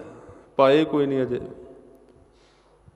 ਤਾਂ ਜਿਹੜਾ ਪਾਇਆ ਜਾਂਦਾ ਉਹਨੂੰ ਛੁਪਾਉਣਾ ਨਹੀਂ ਪੈਂਦਾ, ਉਹ ਪ੍ਰਗਟ ਹੀ ਨਹੀਂ ਹੋ ਸਕਦਾ। ਜਿਹੜਾ ਉਹਦਾ ਹਿੱਸਾ ਪ੍ਰਗਟ ਹੁੰਦਾ, ਜਿਹਨੂੰ ਗੁਰੂ ਸਾਹਿਬ ਨੇ ਕਿਹਾ ਹਰ ਕਾ ਭਗਤ ਪ੍ਰਗਟ ਨਹੀਂ ਛਪੇ, ਉਹਦਾ ਥੋੜ੍ਹਾ ਜਿਹਾ ਬਾਹਰਲਾ ਹਿੱਸਾ ਹੈ, ਜੜ ਨਹੀਂ ਉਹਦੀ ਪ੍ਰਗਟ ਹੁੰਦੀ, ਹੋ ਹੀ ਨਹੀਂ ਸਕਦੀ। ਇਸ ਕਰਕੇ ਸਤਿਗੁਰੂ ਨੇ ਕਿਹਾ ਜਪਣਾ। ਔਰ ਇਹ ਸ਼ਬਦ ਮੈਂ ਬਹੁਤ ਸਾਰੇ ਤੁਹਾਡੇ ਨਾਲ ਸਾਂਝੇ ਵੀ ਕਰ ਸਕਣਾ, ਜਿਹਦੇ ਵਿੱਚ ਗੁਰੂ ਗ੍ਰੰਥ ਸਾਹਿਬ ਨੇ ਇਕੱਲੇ ਜਪਣ ਨੂੰ ਨਾਮ ਨਹੀਂ ਕਿਹਾ। ਸੁਖਮਣੀ ਸਾਹਿਬ ਪੜ੍ਹੋਗੇ, ਉਹਦੀ ਇੱਕ ਅਸ਼ਟਪਦੀ ਦਾ ਇੱਕ ਹਿੱਸਾ ਮੈਂ ਸਾਂਝਾ ਕਰ ਦਿਆਂ। ਉਹਦੇ ਵਿੱਚ ਗੁਰੂ ਸਾਹਿਬ ਕਹਿੰਦੇ ਜਾਪ ਤਾਪ ਗਿਆਨ ਸਭ ਧਿਆਨ, ਖਟ ਸ਼ਾਸਤਰ ਸਿਮਰਤ ਵਖਿਆਨ, ਜੋਗ ਅਭਿਆਸ, ਕਰਮ ਧਰਮ ਕਰਿਆ ਸਗਲ ਤਿਆਗ ਬਨ ਮਧੇ ਫਿਰਿਆ, ਅਨਕ ਪ੍ਰਕਾਰ ਕੀਏ ਬਹੁ ਜਤਨਾ, ਪੁੰਨ ਦਾਨ ਹੋਮੇ ਬਹੁ ਰਤਨਾ, ਸਰੀਰ ਕਟਾਏ ਹੋਮੈ ਕਰ ਰਾਤੀ, ਵਰਤ ਨੇਮ ਕਰੈ ਬਹੁ ਭਾਂਤੀ, ਨਹੀਂ ਤੁਲ ਰਾਮ ਨਾਮ ਵਿਚਾਰ, ਨਾਨਕ ਗੁਰਮੁਖ ਨਾਮ ਜਪੀਐ ਇੱਕ ਬਾਰ। ਇਸ ਪਦੇ ਨੂੰ ਧਿਆਨ ਨਾਲ ਪੜ੍ਹਨਾ। ਇਹਦੇ ਆਰੰਭ ਵਿੱਚ ਆ ਜਾਂਦਾ ਜਾਪ ਤਾਪ ਗਿਆਨ ਸਭ ਧਿਆਨ। ਉੱਥੇ ਕਹਿੰਦੇ ਨੇ ਤੇਰੇ ਜਾਪ ਨੇ ਕੋਈ ਨਹੀਂ ਕੰਮ ਦੇਣਾ, ਤੇਰੇ ਧਿਆਨ ਨੇ ਵੀ ਕੰਮ ਨਹੀਂ ਦੇਣਾ। ਪਰ ਇਹ ਬਾਅਦ ਵਿੱਚ ਜਾ ਕੇ ਇਹ ਕਿਉਂ ਕਿਹਾ ਵੀ ਨਾਨਕ ਗੁਰਮੁਖ ਨਾਮ ਜਪੀਐ ਇੱਕ ਬਾਰ? ਇਹ ਕਿਹੜਾ ਨਾਮ ਹੈ ਤੇ ਪਹਿਲੀ ਪੰਕਤੀ ਵਾਲਾ ਜਾਪ ਕੀ ਹੈ? ਇਹਦਾ ਫਰਕ ਕੀ ਪੈ ਗਿਆ? ਹੋਰ ਮੈਂ ਇੱਕ ਤੁਹਾਡੇ ਨਾਲ ਭਗਤ ਜੀ ਦਾ ਬਚਨ ਸਾਂਝਾ ਕਰਾਂ। ਉਹ ਕਹਿੰਦੇ ਕਾਏ ਜਪੋ ਰੇ ਕਾਏ ਤਪੋ ਰੇ ਕਾਏ ਬਿਲੋਵੋ ਪਾਣੀ, ਲੱਖ 84 ਜਿਨ ਉਪਾਈ ਸੋ ਸਿਮਰੋ ਨਿਰਬਾਣੀ। ਜਪ ਦੇ ਉੱਤੇ ਤਰਕ ਕੀਤਾ ਗਿਆ। ਕਿਉਂ? ਕਿਤੇ ਸਿੱਖ ਜਪਣ ਨੂੰ ਇਕੱਲਾ ਨਾਮ ਨਾ ਸਮਝ ਲੈ। ਜਪਣਾ ਉਹਦੀ ਆਰੰਭਤਾ ਹੈ, ਉਹਦੀ ਸ਼ੁਰੂਆਤ ਹੈ। ਤਾਂ ਉਹ ਨਾਮ ਕੀ ਹੈ? ਨਾਮ ਦਾ 10ਵਾਂ ਹਿੱਸਾ ਹੈ ਨਾਮ ਜਪਣਾ। ਜ਼ਰੂਰੀ ਬੜਾ ਹੈ। मैं ਇਹਦਾ ਖੰਡਨ नहीं कर रहा। जप तो गल शुरू होंदी है सिख के जीवन की। सिख के नितनेम की पहली बाणी भी जप है। गुरु ग्रंथ साहिब जी की आरंभता भी जपजी साहिब तो जप तो होंदी, पर ये उहदा 10-20% हिस्सा है। हजूर ने कहा जिन्हों जपना है उन्होंने प्रेम भी कर, जिन्हों जपना है उहदी हजूरी भी महसूस कर, जिन्हों जपना है वो वेख भी किवें दा है, गुरु कोलों सुन उहदा सुभाव की है। ਉਹਦਾ ਸੁਭਾਅ ਪ੍ਰੇਮ ਹੈ। ਤੇ ਜੇ ਤੂੰ ਉਹਨਾਂ ਸੁਭਾਵਾਂ ਨੂੰ ਨਾ ਜਾਣਿਆ, ਧਿਆਨ ਤੇ ਸਜਣਾ ਤੇਰਾ ਜੁੜ ਜਾਏਗਾ, ਕੋਈ ਸ਼ੱਕ ਨਹੀਂ। ਬੜੇ ਬੜੇ ਅਭਿਆਸ ਨੇ, ਪਰ ਉਹ ਇਸ ਤਰ੍ਹਾਂ ਹੋਵੇਗਾ ਵੀ ਕੂੜੇ ਕਰਕਟ ਨੂੰ ਇਕੱਠਾ ਕੀਤਾ ਸਾਰੇ ਨੂੰ, ਘਰ ਵਿੱਚ ਮਾਂਜਾ ਮਾਰਿਆ, ਜੋ ਗੰਦ ਮੰਦ ਸੀ ਕੀਤਾ ਇਕੱਠਾ, ਤੇ ਉਹਨੂੰ ਆਪਣੇ ਘਰ ਦੇ ਟੇਬਲ ਤੇ ਰੱਖ ਕੇ ਉੱਤੇ ਪਾ ਦਿੱਤੀ ਚਾਦਰ, ਲੁਕੋ ਦਿੱਤਾ। ਉਹਦੀ ਬਦਬੂ ਥੋੜ੍ਹੀ ਹਟਣੀ ਹੈ ਵਿੱਚੋਂ। ਜਿਹੜਾ ਅਭਿਆਸ ਤੁਹਾਡਾ ਧਿਆਨ 10, 15, 20 ਦਿਨਾਂ ਵਿੱਚ ਟਿਕਾਉਂਦਾ ਹੈ, ਉਹ ਇਸ ਤਰ੍ਹਾਂ ਘਰ ਦਾ ਮਾਂਜਾ ਮਾਰ ਕੇ ਕੂੜਾ ਇਕੱਠਾ ਕਰਕੇ ਟੇਬਲ ਤੇ ਰੱਖ ਕੇ ਉੱਤੋਂ ਢੱਕ ਦਿੱਤਾ। ਸਫਾਈ ਤਾਂ ਨਹੀਂ ਹੋਈ, ਘਰ ਵਿੱਚ ਹੀ ਰੱਖ ਲਿਆ ਗੰਦ। ਗੁਰੂ ਸਾਹਿਬ ਨੇ ਕਿਹਾ ਪ੍ਰਭ ਕੇ ਸਿਮਰਨ ਮਨ ਕੀ ਮਲ ਜਾਏ, ਵਿੱਚੋਂ ਬੁਰੀਆਂ ਆਦਤਾਂ ਬਾਹਰ ਕੱਢ। ਜਦੋਂ ਸਾਰਾ ਕੁਝ ਬਾਹਰ ਹੀ ਨਿਕਲ ਗਿਆ, ਟਿਕਾਣਾ ਕਿਹਨੂੰ ਹੈ? ਟਿਕਾਉਣ ਵਾਲੀ ਚੀਜ਼ ਹੀ ਕੋਈ ਨਹੀਂ ਉੱਥੇ, ਸਾਰਾ ਕੁਝ ਟਿਕਿਆ ਹੀ ਹੋਇਆ ਹੈ, ਹੋਰ ਕਿਸ ਨੂੰ ਟਿਕਾਉਣਾ? ਇਸ ਕਰਕੇ ਜਿੰਨਾ ਚਿਰ ਪ੍ਰੇਮ ਨਹੀਂ, ਤੇ ਗੁਰੂ ਨਾਨਕ ਸਾਹਿਬ ਨੇ ਕਿਹਾ ਹਰ ਬਿਨ ਜੀਓ ਜਲ ਬਲ ਜਾਓ, ਮੈਂ ਆਪਣਾ ਗੁਰ ਪੂਛ ਦੇਖਿਆ ਅਵਰ ਨਾਹੀ ਠਾਓ। ਜੇ ਪ੍ਰੇਮ ਨਹੀਂ, ਹਜੂਰ ਨੇ ਕਿਹਾ ਭਾਵੇਂ ਫਿਰ ਅਲੋਪ ਕਰਨ ਦੀ ਸ਼ਕਤੀ ਲੱਭ ਲੈ, ਪ੍ਰਗਟ ਹੋਣ ਦੀ ਸ਼ਕਤੀ ਲੱਭ ਲੈ, ਭਾਵੇਂ ਲੋਕ ਇਕੱਠੇ ਕਰ, ਜੇ ਉਹ ਨਾਮ ਪ੍ਰੇਮ ਵਾਲਾ ਤੈਨੂੰ ਨਹੀਂ ਮਿਲਿਆ ਸੱਜਣਾ, ਫਿਰ ਤੇਰੇ ਇਹਨਾਂ ਚਲੀਸਿਆਂ ਨੇ ਕੁਝ ਨਹੀਂ ਕਰਨਾ, ਤੈਨੂੰ ਠੰਡ ਨਹੀਂ ਪਾਉਣੀ ਇਹਨਾਂ ਨੇ। ਇਸ ਕਰਕੇ ਕਹਿੰਦੇ ਸਿੱਧ ਹੋਵਾਂ ਸਿੱਧ ਲਾਈ, ਰਿੱਧ ਆਖਾਂ ਆਓ, ਗੁਪਤ ਪ੍ਰਗਟ ਹੋਏ ਬੈਸਾਂ ਲੋਕ ਰਾਖੈ ਪਾਓ, ਹਰ ਬਿਨ ਜੀਓ ਜਲ ਬਲ ਜਾਓ। ਇਹਦੇ ਤੋਂ ਬਿਨਾ ਨਹੀਂ ਸਰਨਾ। ਇਸ ਕਰਕੇ ਸਤਿਗੁਰੂ ਕਹਿੰਦੇ ਪ੍ਰੇਮ ਪੈਦਾ ਕਰ। ਮੈਂ ਵਿਸ਼ਾ ਵਿੱਚ ਛੱਡ ਕੇ ਚਲਾ ਗਿਆ ਸੀ। ਗੁਰਮਤਿ ਨੇ ਬਿਨਾਂ ਕਾਰਨ ਵਾਲਾ ਪ੍ਰੇਮ ਅੰਦਰ ਬਣਾਉਣ ਦੀ ਜੁਗਤ ਕੀ ਦੱਸੀ ਹੈ, ਉਹ ਤੁਹਾਡੇ ਨਾਲ 5-7 ਮਿੰਟਾਂ ਵਿੱਚ ਸਾਂਝੀ ਕਰਾਂਗਾ, ਜਿਹਦੇ ਵਿੱਚ ਕਿਸੇ ਸਾਧਨ ਦੀ ਲੋੜ ਨਹੀਂ ਪੈਂਦੀ। ਬੰਦਾ ਵੈਸੇ ਹੀ ਪ੍ਰੇਮੀ ਰਹਿੰਦਾ ਹੈ, ਉਹਨੂੰ ਕਿਸੇ ਸਾਧਨ ਦੀ ਜ਼ਰੂਰਤ ਨਹੀਂ ਪੈਂਦੀ। ਜਿਵੇਂ ਮੈਂ ਉਦਾਹਰਨ ਦਿਆਂਗਾ, ਬੰਦੇ ਨੇ ਤੰਦਰੁਸਤ ਰਹਿਣਾ ਹੋਵੇ ਤੇ ਤੰਦਰੁਸਤ ਰਹਿਣ ਦੀ ਦਵਾਈ ਖਾਣੀ ਪੈਂਦੀ? ਤੁਸੀਂ ਕਦੀ ਸੋਚਿਆ ਹੈ? ਜਿਹੜਾ ਬੰਦਾ ਤੰਦਰੁਸਤ, ਉਹਦਾ ਇੱਕ ਸੁਭਾਅ ਤੰਦਰੁਸਤ ਰਹਿਣਾ ਹੈ। ਕੋਈ ਗੋਲੀ ਨਹੀਂ ਮਿਲੇਗੀ ਤੁਹਾਨੂੰ, ਇਹ ਲਿਖਿਆ ਹੋਵੇਗਾ ਵੀ ਇਹ ਦਵਾਈ ਫਲਾਣੀ ਬਿਮਾਰੀ ਦੀ ਹੈ, ਫਲਾਣੇ ਰੋਗ ਦੀ, ਇਹ ਤਾਂ ਜ਼ਰੂਰ ਲਿਖਿਆ ਮਿਲ ਜਾਏਗਾ। ਪਰ ਕਦੀ ਕੋਈ ਬੰਦਾ ਇਸ ਤਰ੍ਹਾਂ ਨਹੀਂ ਗਿਆ ਵੀ ਮੈਨੂੰ ਤੰਦਰੁਸਤ ਰੱਖਣ ਦੀ ਦਵਾਈ ਹੈ। ਇਹ ਸ਼ਬਦ ਥੋੜ੍ਹੇ ਜਿਹੇ ਸਮਝਣੇ, ਉਹ ਬਿਮਾਰੀਆਂ ਹਟਾਉਣ ਦੀ ਗੱਲ ਹੈ। ਤਾਂ ਪ੍ਰੇਮ ਤਾਂ ਬੰਦੇ ਦਾ ਸੁਭਾਅ ਹੈ, ਤੰਦਰੁਸਤੀ ਬੰਦੇ ਦਾ ਸੁਭਾਅ ਹੈ, ਉਹ ਜ਼ਰੂਰੀ ਹੈ।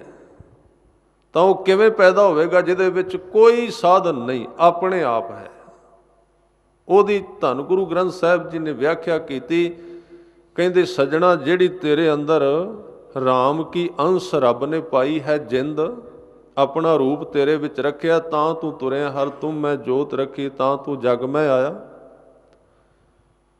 ਉਹਦੇ ਉੱਤੇ ਤੇਰੇ ਪੈ ਗਈ ਮੈਲ।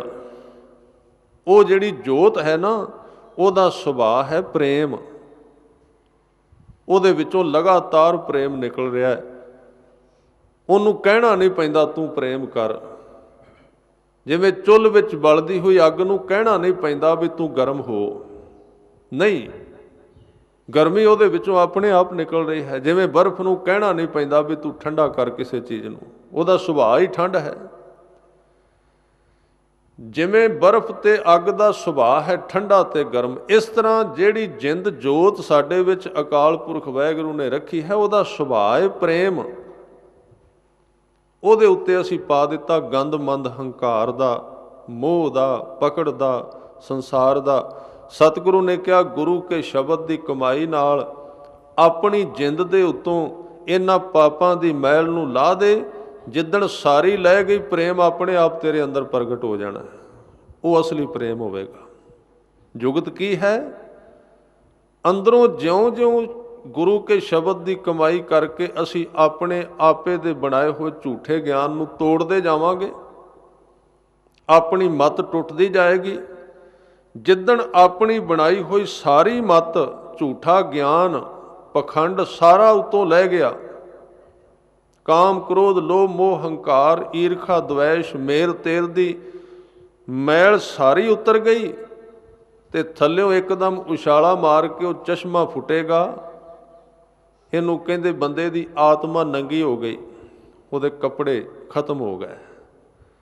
ਤਾਂ ਜਦੋਂ ਉਹ ਬਿਲਕੁਲ ਸਾਫ਼ ਹੋ ਗਿਆ ਅੰਦਰਲਾ ਹਿੱਸਾ, ਫਿਰ ਉਹਦੇ ਵਿੱਚੋਂ ਪ੍ਰੇਮ ਦੀਆਂ ਲਹਿਰਾਂ ਉੱਠਣਗੀਆਂ।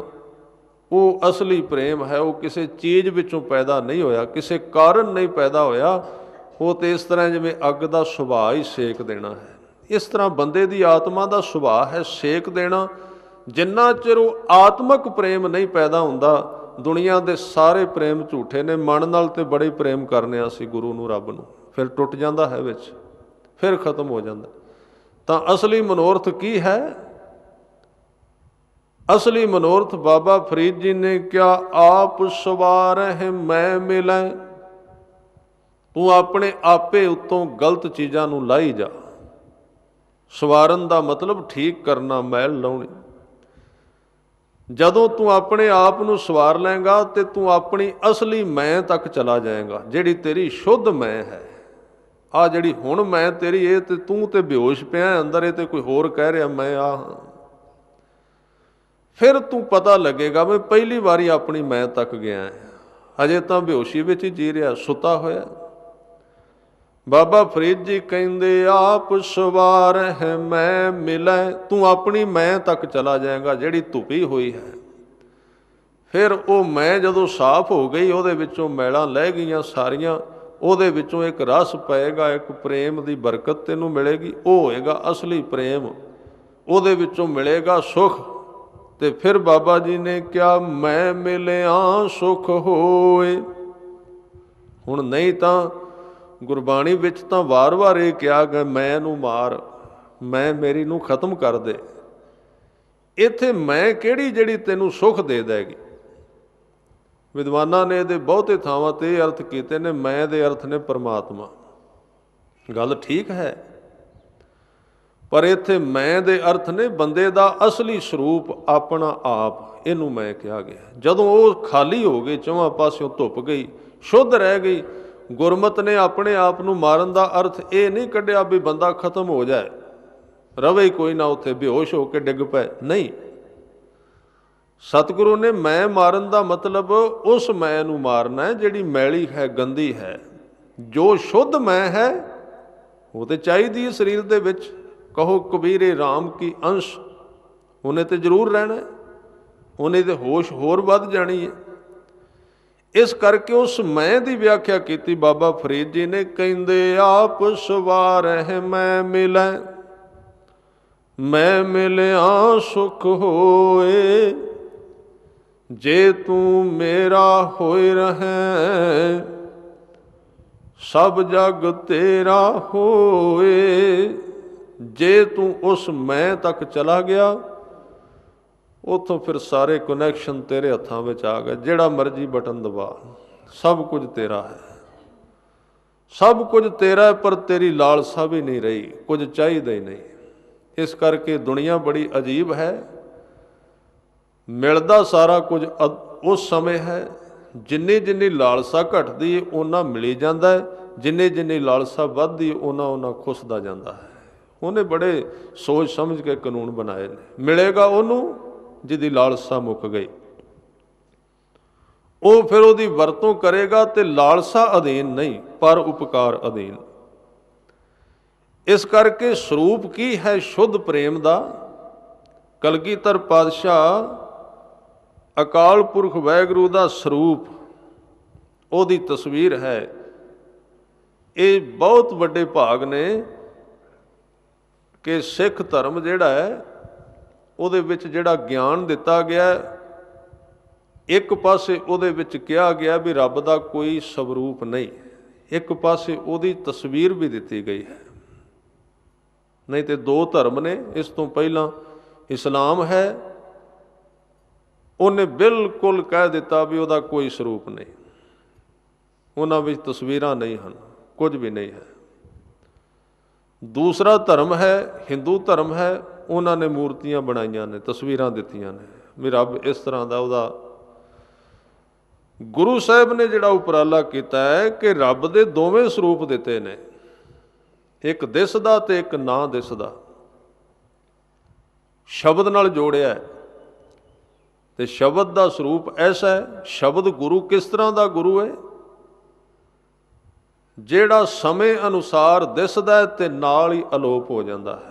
ਸ਼ਬਦ ਗੁਰੂ ਕੀ ਹੈ, ਮੈਂ ਥੋੜ੍ਹਾ ਜਿਹਾ ਦੇ ਉੱਤੇ ਟੂਕ ਕਹਿ ਦਿਆਂ। ਇੱਕੋ ਇੱਕ ਗੁਰੂ ਹੈ ਧਰਤੀ ਦਾ, ਜਿਹੜਾ ਦਿਸਦਾ ਵੀ ਹੈ ਤੇ ਅਣਦਿਸਦਾ ਵੀ ਹੈ। ਦਿਸਦਾ ਵੀ ਹੈ ਪਿਆ, ਪਰ ਦਿਸਦਾ ਉਦੋਂ ਹੈ ਜਦੋਂ ਕੋਈ ਸੁਣਦਾ। ਜਦੋਂ ਕੋਈ ਮਨੁੱਖ ਸੁਣੇ ਉਹਨੂੰ ਪਿਆਰ ਨਾਲ, ਉਚਾਰਨ ਕਰੇ, ਉਦੋਂ ਰੂਪ ਧਾਰਨ ਕਰ ਜਾਂਦਾ ਹੈ।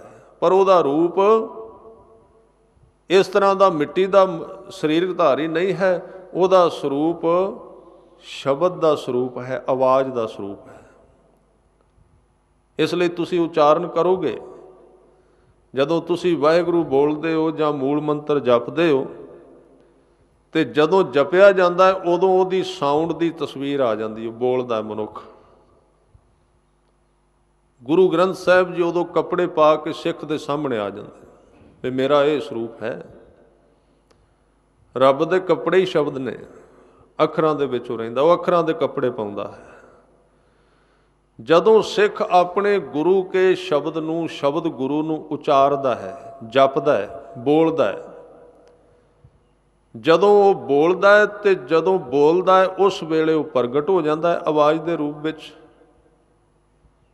ਫਿਰ ਸਿੱਖ ਨੂੰ ਹੁਕਮ ਹੈ ਤੂੰ ਉਸ ਆਵਾਜ਼ ਵਿੱਚ ਆਪਣੀ ਸੁਰਤ ਲਾ ਦੇ। ਉਹ ਸਿੱਖ ਸੁਰਤ ਲਾ ਦਿੰਦਾ ਹੈ ਤੇ ਜਦੋਂ ਬੋਲਣਾ ਬੰਦ ਕਰਦਾ ਹੈ, ਸ਼ਬਦ ਫਿਰ ਅਲੋਪ ਹੋ ਜਾਂਦਾ ਹੈ, ਕਿਸੇ ਹੋਰ ਦੁਨੀਆ ਵਿੱਚ ਚਲਾ ਜਾਂਦਾ ਹੈ ਤੇ ਸਿੱਖ ਦੀ ਸੁਰਤ ਨੂੰ ਉਸ ਦੁਨੀਆ ਦੀ ਖਿੱਚ ਪਾ ਜਾਂਦਾ ਵੀ ਤੂੰ ਉੱਥੇ ਜਾਣਾ ਹੈ। ਇਸ ਤਰ੍ਹਾਂ ਇਹ ਅਭਿਆਸ ਹੈ। ਪ੍ਰਗਟ ਹੋਣਾ, ਸ਼ਬਦ ਦਾ ਕੰਮ ਕੀ? ਪ੍ਰਗਟ ਹੋਣਾ ਤੇ ਸਿੱਖ ਦੀ ਸੁਰਤ ਨੂੰ ਖਿੱਚ ਲੈਣਾ, ਆਪਣੇ ਨਾਲ ਜੋੜਨਾ। ਫਿਰ ਅਲੋਪ ਹੋ ਜਾਣਾ, ਫਿਰ ਸੁਰਤ ਉਹਦੀ ਖੋਜ ਕਰਦੀ ਕਿੱਧਰ ਗਈ, ਸ਼ਬਦ ਕਿੱਧਰ ਗਿਆ। ਦੀਵੇ ਵਰਗਾ ਹੈ, ਰੋਸ਼ਨੀ ਵਰਗਾ, ਜਿਵੇਂ ਤੁਸੀਂ ਵੇਖੋਗੇ। ਇਸ ਲਈ ਬੜਾ ਭੇਦ ਹੈ ਇਹਦੇ ਵਿੱਚ। ਇਹ ਅਭਿਆਸ ਜ਼ਰੂਰੀ ਹੈ ਸਿੱਖ ਦੇ ਜੀਵਨ ਵਿੱਚ। ਕਹਿੰਦੇ ਨੇ ਬਹੁਤ ਵੱਡਾ ਬੁੱਧੀਜੀਵੀ ਸੀ, ਉਹਦੀ ਆਦਤ ਸੀ ਹਰ ਇੱਕ ਨੂੰ ਪੁੱਛਣਾ, ਕੋਈ ਨਾ ਕੋਈ ਸਵਾਲ ਕਰਦੇ ਰਹਿਣਾ, ਬੁੱਧੀ ਦੇ ਤਲ ਤੇ ਜਿਉਣ ਵਾਲਾ। ਤੇ ਬੁੱਧੀ ਚੰਗੀ ਵੀ ਹੈ, ਪਰ ਜੇ ਕੋਈ ਬੰਦਾ ਫਸ ਜਾਏ ਬੁੱਧੀ ਵਿੱਚ, ਉਹ ਬੰਦੇ ਨੂੰ ਭਟਕਾ ਵੀ ਦਿੰਦੀ ਹੈ। ਬੜੇ ਬੜੇ ਬੁੱਧੀਮਾਨ ਨੇ, ਸਿਆਣੇ ਨੇ, ਪਰ ਉਹਨਾਂ ਦੀ ਲਚਕ ਖਤਮ ਹੋ ਜਾਂਦੀ ਹੈ, ਉਹਨਾਂ ਵਿੱਚੋਂ ਗ੍ਰੇਸ ਖਤਮ ਹੋ ਜਾਂਦੀ ਹੈ, ਉਹਨਾਂ ਦਾ ਰਸ ਉਡਾਰੀ ਮਾਰ ਕੇ ਖੰਭ ਲਾ ਕੇ ਨਿਕਲ ਜਾਂਦਾ ਹੈ, ਤਰਕ ਵਿੱਚ ਪੈ ਜਾਂਦੇ। ਤਾਂ ਇਹ ਇੱਕ ਵਿਚਾਰਕ ਸੀ, ਸ਼ਾਇਦ ਸੁਕਰਾਤ ਸੀ ਇਹਦਾ ਨਾਮ, ਦਾਰਸ਼ਨਿਕ ਸੀ। ਇਹ ਬੁੱਧੀ ਦੇ ਤਲ ਤੇ ਜਿਉਂਦਾ ਤੇ ਸਾਰਾ ਦਿਨ ਖੁਸ਼ਕ ਸੁੱਕਾ ਸਵਾਲ ਕਰਦਾ ਰਹਿੰਦਾ, ਪੁੱਛਦਾ ਰਹਿੰਦਾ, ਤੇ ਲੋਕ ਇਹਦੀ ਗਲੀ ਛੱਡ ਜਾਂਦੇ ਸਨ ਵੀ ਇਹਦਾ ਕੀ ਪਤਾ ਕੀ ਕਵੇ, ਕੀ ਪੁੱਛ ਲਵੇ ਵੀ ਫੁੱਲ ਲਾਲ ਕਿਉਂ ਹੈ, ਇਹਦੇ ਪੱਤੇ ਹਰੇ ਕਿਉਂ ਨੇ, ਸੂਰਜ ਕਿਉਂ ਚੜ੍ਹਦਾ। ਪਰ ਇੱਕ ਦਿਨ ਰੱਬ ਨੂੰ ਉਹਦੀ ਇਸ ਬੁੱਧੀ ਦੇ ਉੱਤੇ ਤਰਸ ਆ ਗਿਆ ਵੀ ਕਿੱਥੇ ਫਸਿਆ ਹੋਇਆ ਹੈ, ਇਹ ਕਿਹੜੇ ਰੇਗਿਸਤਾਨ ਵਿੱਚ ਇਹਦਾ ਜਹਾਜ਼ ਫਸ ਗਿਆ, ਇਹਨੂੰ ਕੱਢਣਾ ਚਾਹੀਦਾ। ਜਾ ਰਿਹਾ ਸੀ, ਇੱਕ ਬੱਚਾ ਸਾਹਮਣੇ ਆ ਗਿਆ, शायद आप ही ਉਹਦੀ ਕੋਈ ਕਲਾ ਹੋਵੇ। ਸੁਕਰਾਤ ਦੇ ਸਾਹਮਣੇ ਉਹ ਬੱਚਾ ਆਇਆ, ਉਹਨੇ ਪੁੱਛਿਆ ਕਿੱਧਰ ਜਾ ਰਿਹਾ? ਹੱਥ ਵਿੱਚ ਉਹਦੇ ਦੀਵਾ ਸੀ, ਦੀਵਾ ਜਗ ਰਿਹਾ ਸੀ। ਹੱਥ ਵਿੱਚ ਉਹਦੇ ਦੀਵਾ ਸੀ ਤੇ ਜਦੋਂ ਸੁਕਰਾਤ ਦੇ ਸਾਹਮਣੇ ਉਹ ਬੱਚਾ ਆਇਆ, ਸੁਕਰਾਤ ਨੇ ਸੁਭਾਵਕ ਸਵਾਲ ਕੀਤਾ। ਕਹਿਣ ਲੱਗੇ ਠਹਿਰ, ਇੱਕ ਸਵਾਲ ਦਾ ਜਵਾਬ ਦੇ ਕੇ ਜਾਈ। ਉਹ ਬੱਚਾ ਬੜਾ ਕਲਾਵਾਨ ਲੱਗਦਾ ਸੀ, ਅਜੀਬ ਸੀ। ਉਹਨੇ ਕਿਹਾ ਦੱਸੋ, ਮੈਂ ਤੁਹਾਡੇ ਵਾਸਤੇ ਆਇਆ। ਕਹਿਣ ਲੱਗਾ ਇਹ ਅੱਗ ਕਿੱਥੋਂ ਆਈ ਹੈ? ਆ ਜਿਹੜਾ ਦੀਵਾ ਬਲ ਰਿਹਾ ਇਹਦੀ ਲਾਟ ਕਿੱਥੋਂ ਆਈ ਹੈ? ਬੱਚੇ ਨੇ ਫੂਕ ਮਾਰ ਕੇ ਬੁਝਾ ਦਿੱਤਾ। ਕਹਿਣ ਲੱਗੇ ਪਹਿਲਾਂ ਇਹ ਦੱਸੋ ਗਈ ਕਿੱਥੇ ਹੈ?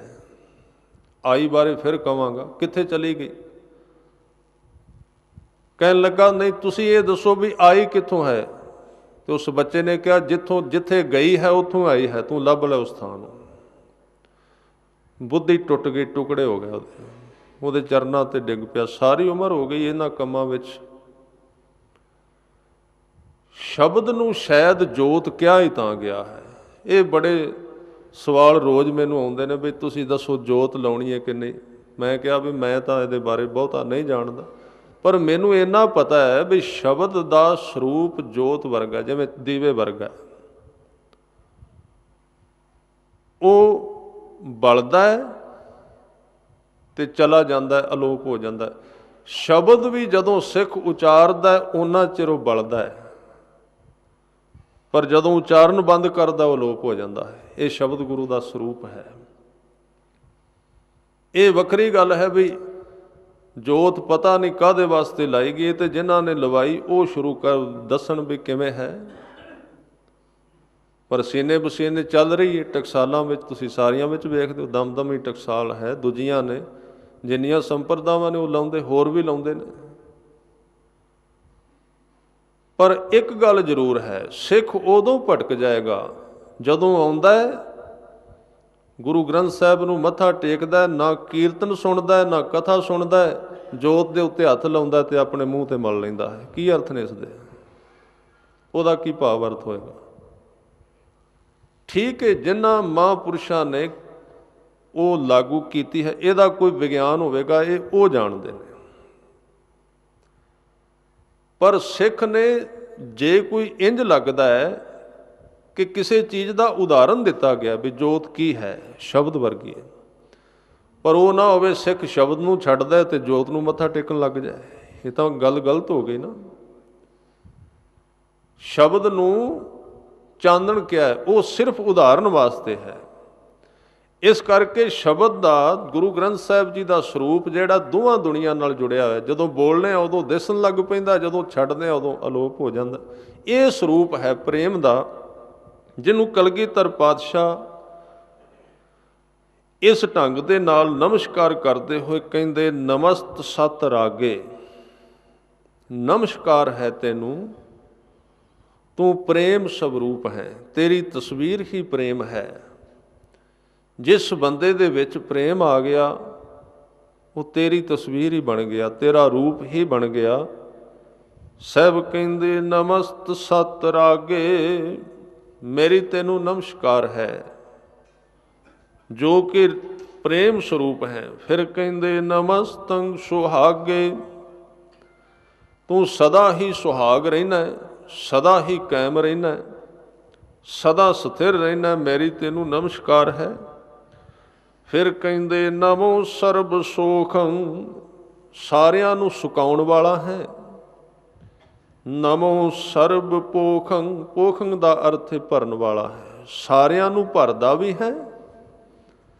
ਸਾਰਿਆਂ ਦੇ ਵਿੱਚ ਸਵਾਸ ਪਾਉਣਾ ਹੈ, ਸਮਾਂ ਪਾ ਕੇ ਉਹ ਸਵਾਸ ਘਟ ਜਾਂਦੇ ਨੇ, ਫਿਰ ਤੂੰ ਉਹਦੀ ਸਵਾਸ ਜਿਹੜੇ ਨੇ ਖਤਮ ਕਰ ਦੇਣਾ ਹੈ। ਇਹ ਤੇਰੀ ਬਰਕਤ ਹੈ। ਸਹਿਬ ਕਹਿੰਦੇ ਨਮੋ ਸਰਬ ਕਰਤਾ, ਸਾਰਿਆਂ ਨੂੰ ਤੂੰ ਹੀ ਬਣਾਇਆ ਹੈ,